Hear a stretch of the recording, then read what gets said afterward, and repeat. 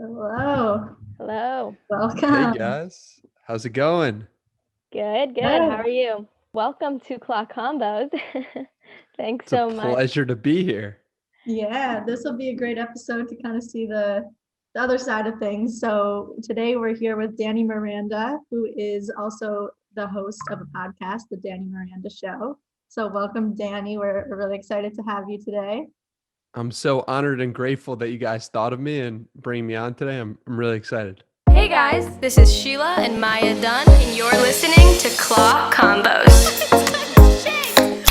Let's go, guys. Let's get it done, bitches. One of the really interesting things that we thought when we had that intro call and kind of learned a little bit more about you was that you actually happened to go to Colgate University as we did, or at least started out there.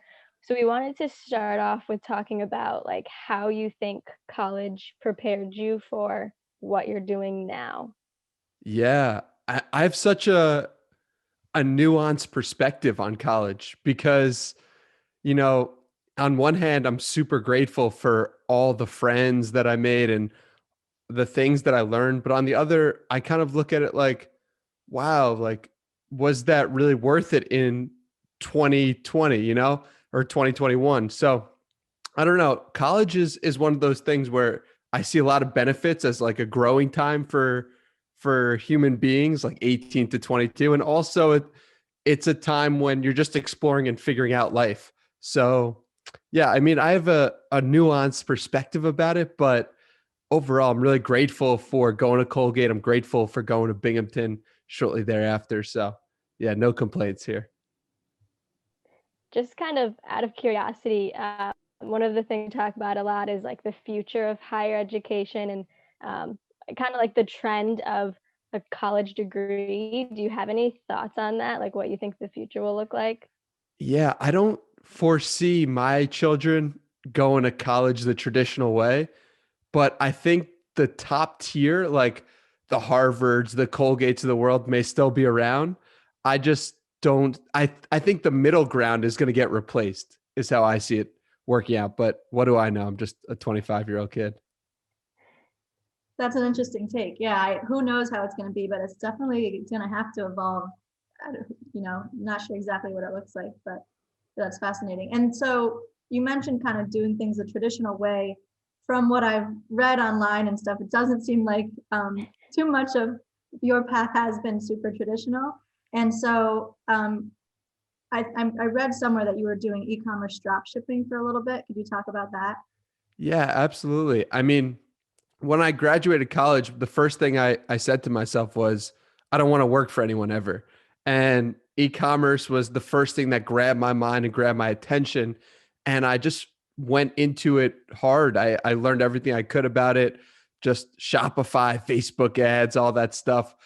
But what I realized shortly thereafter, or after a year of doing it, was that I was really playing for short-term interest. I was playing for how much money can I make this month? How much money can I make in this quarter, as opposed to like thinking about something long-term.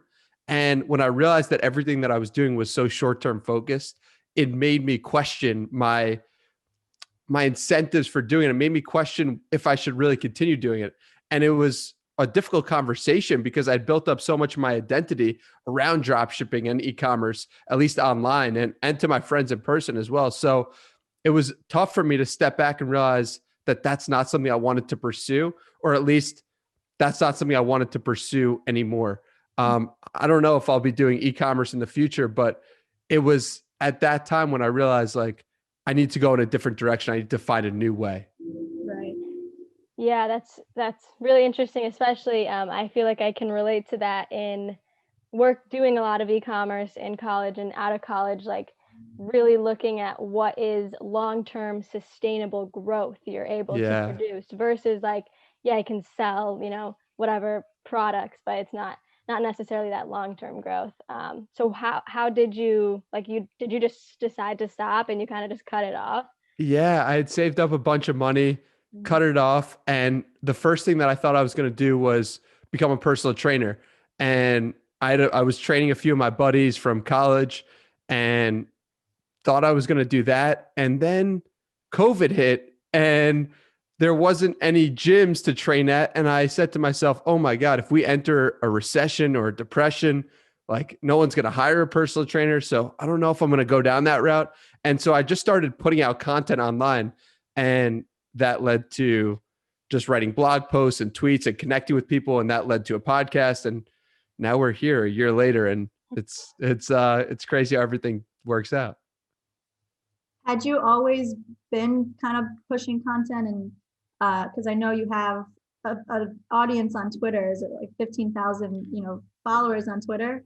How did you start to build that up, and like, have you always had a knack for it or interest in it, or is it more of a newfound thing?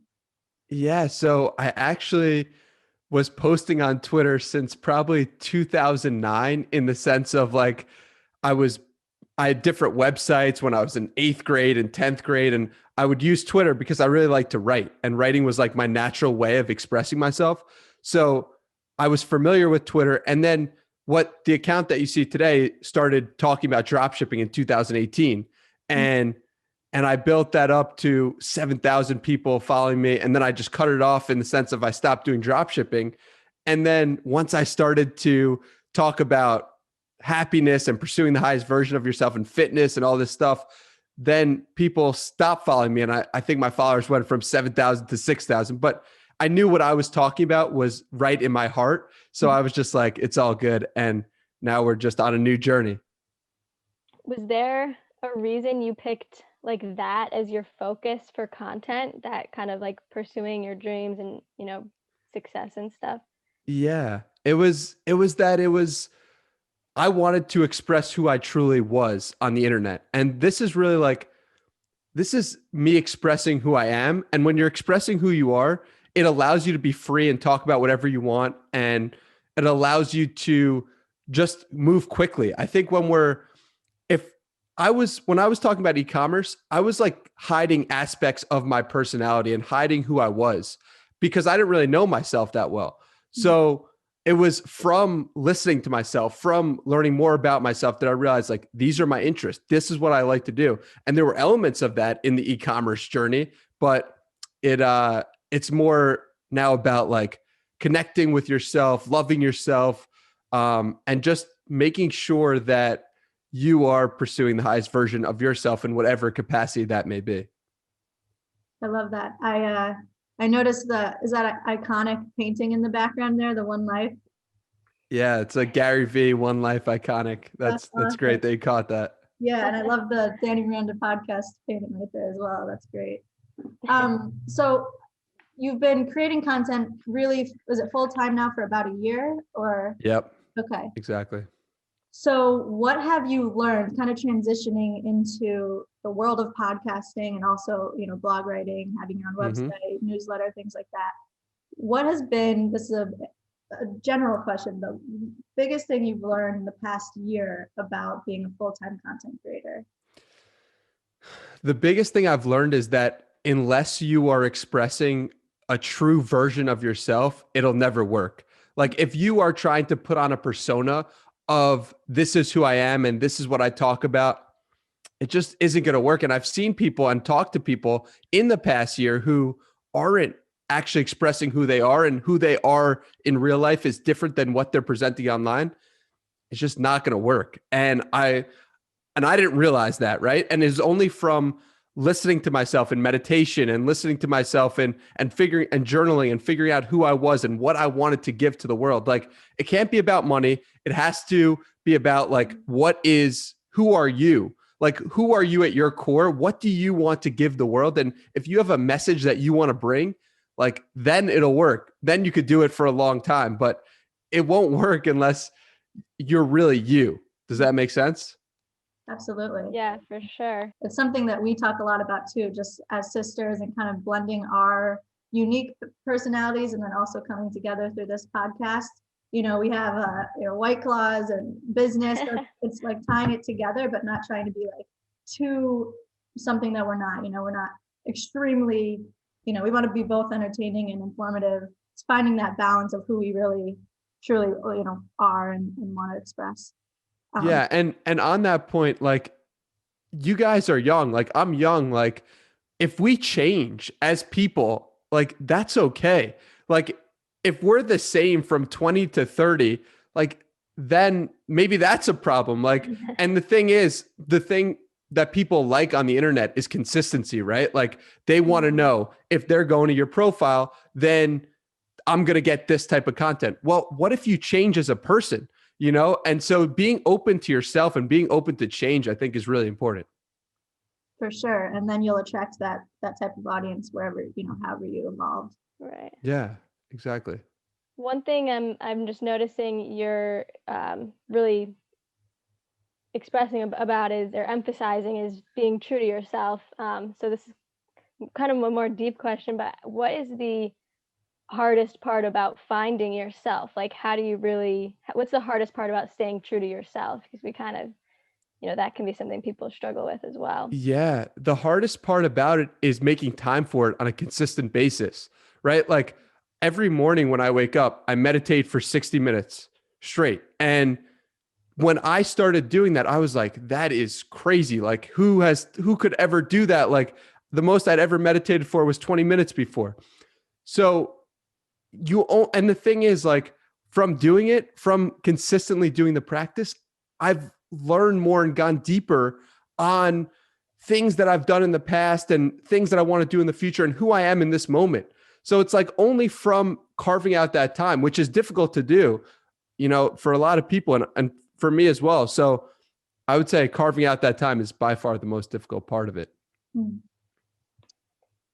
then maybe a less deep question than that, but what do you think the hardest thing about podcasting is? It's a good question. I think the hardest part is like you are in the position of having to get the best parts of someone and you have to ask the questions that will lead them down that road. And that's really tough. Like I was on an interview yesterday and I had someone who had an incredible story. And afterwards I was like, damn, there was this part about his life, about his future that I didn't bring up and that I didn't talk about and that just didn't find its way into the conversation. And that's frustrating for me because I know I didn't do my job to the best of my abilities from that perspective. And so I think constantly balancing, like having a conversation that feels organic, feels authentic, is real, but also like trying to steer it in such a way that the guest is bringing their best foot forward and you're helping make that happen. I think that's the most difficult part. This is a funny question, but what's the best question you've gotten on a podcast interview that you've done? Oh, I have no idea. I mean, like, I honestly haven't been on that many. And it is a good question, but it's one that I have to like actually sit down and be like, what is the best? I really don't know off the top of my head. Yeah, for sure. I have no idea what I would say, but sometimes in interviews I get questions like, the last question is like, what's a question you wish I would have asked you? And I'm always stumped on that one. But yeah, I definitely agree with that. And something I also think that could be interesting for our listeners is kind of who might be interested in starting a podcast as well. Just kind of, can you tell us about how kind of the time commitment that goes into creating a podcast? Because that's something Maya and I maybe underestimated. Yeah. It's such a crazy time commitment. And I have so much respect for anyone who does it. But the crazy thing about it to me is that I love doing it so much that the time doesn't feel like time. People say to me like, oh, you're putting out so much content. This is crazy. So many podcasts. And I'm like, yeah, but I didn't even realize it until you just said it. You know what I mean? And it's like when you have a love for something, and I didn't know I was going to have a love for podcasting. I just hit record and said I was going to do it 100 times. And I found a love for it along the way. But yeah, I mean, just it's a huge time commitment. I have no idea how much time I spent on every episode. Probably like 2 hours preparing, an hour in the interview, 2 hours in post-production. So you're saying 5 hours per episode? I don't know. What do you guys think?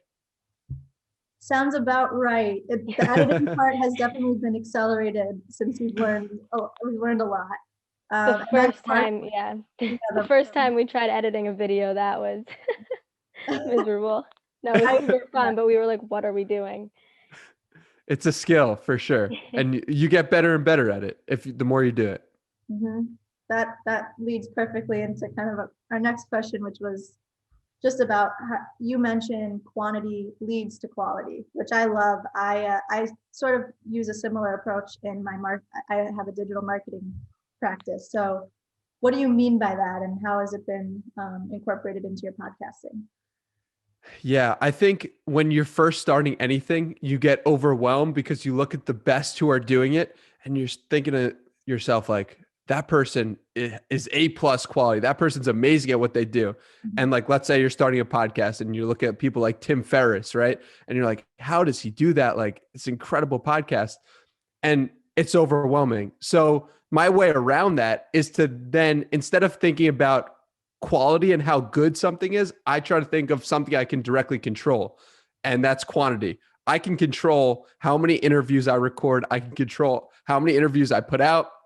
So it leads me, and the thing is, the more you do something, then naturally the better you get at it. Most people haven't put out 70 podcasts, so most people aren't as good as someone who has put out 70 podcasts, right? And most people haven't put out 150 podcasts, and on and on. And the more you do something, the better you get. This is true for podcasting. This is true for working out. This is true for meditation. It's true for anything. So the more and more you see that, the more you do something, the better you get at it. It leads you to put those people you had in high quality and you looked up to, like Tim Ferriss, right? For podcasting, like, you understand he's just done it so many times that of course he's amazing at it, because the more you do something, the better you get at it. 100%. What do you think? So I know you had a goal of 100. Are you there yet? And what do you think, when do you think you'll, what's your next goal for podcasting? Yeah. So I'm currently at 76 recorded. Nice. And I've been thinking about this, like, what's going to be my goal after I hit 100? Right. I think I'm going to renew my 100 podcast contract and do another 100 and say, okay, I'll hit 200 or 250 or something like that, because I really love focusing on the internal. I can't control how many people download my podcast directly, but I can control my effort and what I'm doing on a consistent basis. Mm-hmm. So. Can you share a little bit just for like our audience about the variety of guests you've had on your show, and like maybe some advice for how you got them or how you kind of spread the word? Yeah, absolutely. So some of the guests that have come on include Gary Vaynerchuk, Navy SEAL Mark Devine, who also is a Colgate graduate. Mm-hmm. And I have a lot of writers on, like people like Ed Lattimore and David Perel, who are big on Twitter. But for those unfamiliar with those, it's really just a way for me to talk to people who I'm curious about. And I think that's so important, right? Like, I'm not trying to get guests who have the biggest followings necessarily, or are just like the biggest person in a field that I don't care about. I want to talk to people who I'm directly interested in, because if I'm interested in them, then the audience will be able to tell that I am interested and that I'm asking questions that only a fan would have. Mm-hmm. And so, yeah, I think that's a really important point about networking and reaching out to potential guests is like, are you interested in this person? Are you like, would you stay up at night thinking about questions for them? Like, that is such a differentiator, right? Like, I remember when Gary Vaynerchuk said he was coming on my podcast, I couldn't sleep until like 3 a.m. because I was just thinking of questions that I was going to ask him, and that I had actually already prepared questions for him. So it was like, I was such a fan and so interested that I think that comes across in the interview. And I think that comes across in most interviews, Gary Vaynerchuk or not. Mm-hmm. For sure. Yeah. I will like play through questions in my head all the time when I'm preparing, and it just goes on and on. It's just natural. But if you didn't have that curiosity in the first place, you wouldn't have that excitement or passion come through. So, 100%. Yeah. Kind of jumping off the topic of podcasting now, we got connected. We watched the Gary episode, reached out, fascinated with your journey of this content creation. But then as we kind of did more and more research, me and Maya are like, oh my gosh, like, well, this is a 30-minute episode. We're going to have to like Let's do it, because we are, I'm fascinated by the different experiments and just sort of, I don't know what you would call them, programs, processes that you've kind of trained yourself or sort of pushed yourself to these new limits. So I thought we could start with kind of the 75 hard experiment. Could you share what that is and what prompted you to do this crazy thing? Yeah. So this is the one thing that I can credit to changing my life in like a massive way. And 75 Hard was created by this guy named Andy Frisella. He's a dude on Instagram and owns several companies. And it's a 75-day program where you have to do these 5 things every single day. You have to take a progress picture. You have to read 10 pages of a book. You have to do 2 workouts. One of them has to be outdoors. You have to drink a gallon of water, and you have to follow a diet. And you do these 5 things every day for 75 days straight. And it retrained my mind. Before doing this, like I was saying with the dropshipping and e-commerce, I was short-term focused. Everything I was doing was, how can I succeed in the next week? How can I succeed in the next month? Whatever. Doing this program made me realize that the type of person I wanted to be was a long-term focused person, the type of person who would do the things that they needed to do, whether or not whether or not in that moment they wanted to do them or not. So all that goes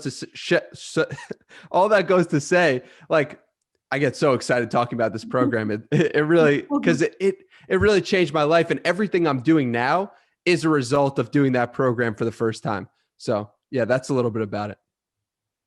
So how do you obviously take so much discipline, but how do you hold yourself accountable? I mean, I guess one thing is maybe it just comes naturally, and if you're just that type of person that's like, nope, I literally won't let myself have this rest on this day or something. But how do you stay disciplined through that, especially 75 days of it? So it's a great question. Interestingly, when I started, I didn't believe in myself to finish it. I didn't have enough belief in myself. So what happened was, interestingly, was my friend, his name is Tej. I texted him on day 1 saying, listen, I'm doing this program, do you want to do it? And he was like, I'm so down. Like, we should text each other at the end of every day. And interestingly, I didn't want to let him down at first, but by the time the program ended, I didn't want to let myself down. So my self-image had increased to the point where I thought I was capable of doing it by the end. But in the beginning, I needed his help and guidance. And that's why I'm so big on accountability. And that's why, like, anyone who follows me on Twitter, I tell them, like, if you're trying to get better at something, just DM me every day and tell me that you did it. Because if you look up to me the same way that I looked up to my friend Tej, then it will allow you to not want to let me down. And eventually you'll get to the point where you're not going to want to let yourself down if you just do it long enough. So what do you think changed or made that switch to become like not wanting to let your own self down versus your friend Tej? I think that when you first start something difficult, it's very easy to make excuses and very easy to believe it's above you. Doing this for 75 days at the time, when I did it for the first time in September of 2019, it was above me. It was like, I'm not the type of person who does that. Like, that's crazy. But eventually, maybe day 50 or day 60, when I was like nearing the finish line, I had already done it 50 times. I was like, oh, wait, I am the type of person who does that. I am a consistent person. I am mentally tough. Wait a second. Oh, I don't want to let myself down because I am that person now. So then there's multiple phases, right? That's what I just cannot believe that the next phase and then the phase after that. Yeah, I'm on day 29 right now of phase 1, which you just do those 5 tasks, and then you add like 3 additional to-do list items. You add a 5-minute cold shower and a 10-minute visualization. And when I did that for the first time, I was like, that's crazy. Like, I'm going to do all this stuff. How do I possibly have time? And then you realize like how much time I was wasting, at least in a day, and how much I really could do. So the cold shower though. Yeah. It's in tough. the winter, only in the winter. In the summer, okay. But yeah. And then also we saw the 5-day no tech trip. I was blown away by that. I'm like not someone who really chooses to be alone that much. So that one kind of stood out to me, and probably would be a really good learning experience for me if I did force myself into that. But can you talk about that a little bit, that experience? Yeah, this was, I would say, in the middle of quarantine when I had just had enough of my parents and I was ready to to be alone for a little bit. And just, I spent 5 days with no technology, no phones, no time, and really just brought a bunch of books, and that was it. And it was so relaxing and so peaceful and felt so natural. But what was crazy to me was realizing how long the days were. It's crazy how long a day is if you have nothing to distract you and if you feel bored. And it's like there's a sense of knowledge that comes from that place of like nothingness. And it was incredible. Like it was incredible because in the first couple of days, it was really weird. I was checking for texts and notifications and I was like, oh my God, what's going on? And then in the third day, I was like, wow, this feels amazing. Like I feel like it's that feeling when you're just so clear and so full and like you got a great night's rest. But imagine like feeling that the entire day and just feeling like you could create anything you wanted from that place. So.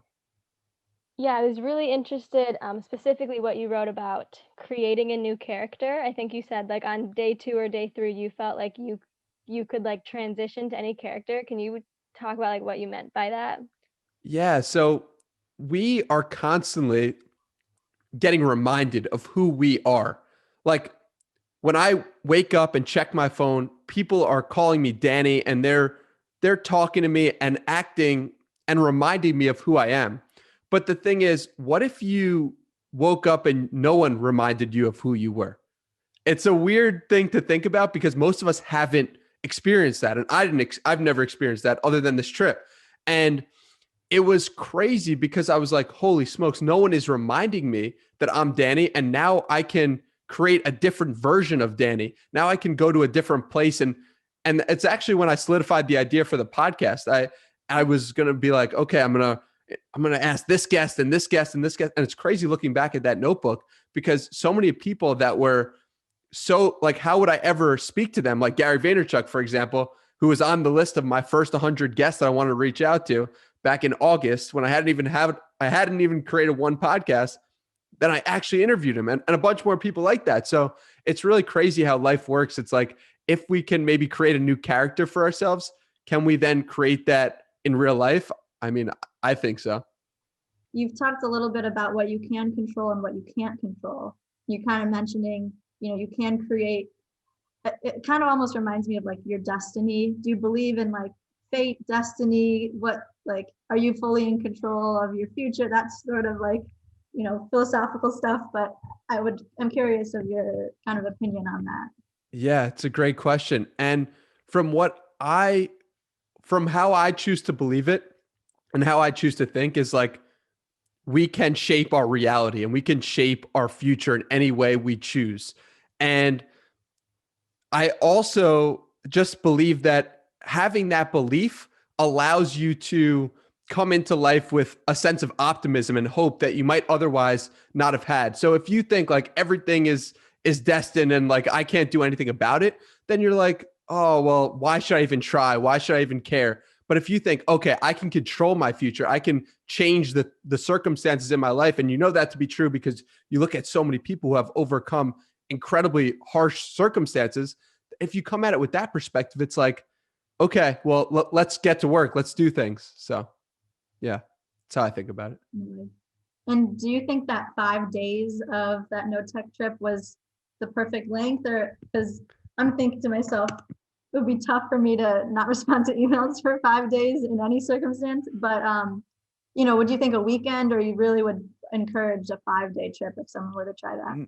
I think 3 days, you could get away with it for 3 days if you do Friday through Sunday. And I think that would be extremely beneficial for everyone. And I think that it's definitely something I need to do again because I haven't done it since August. And I'm like, I really could carve out 3 days for myself alone. So I would recommend 3 days if anyone's can't swing 5.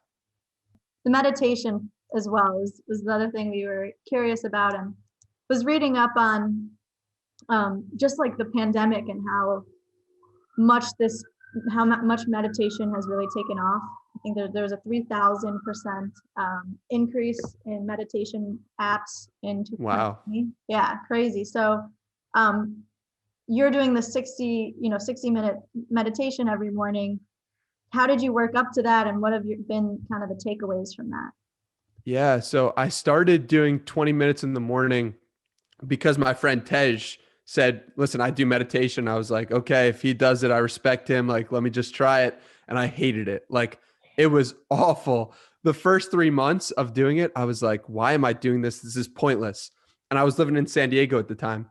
But then when I come home after 3 months of doing the meditation for 20 minutes a day in the morning, I drove a car for the first time.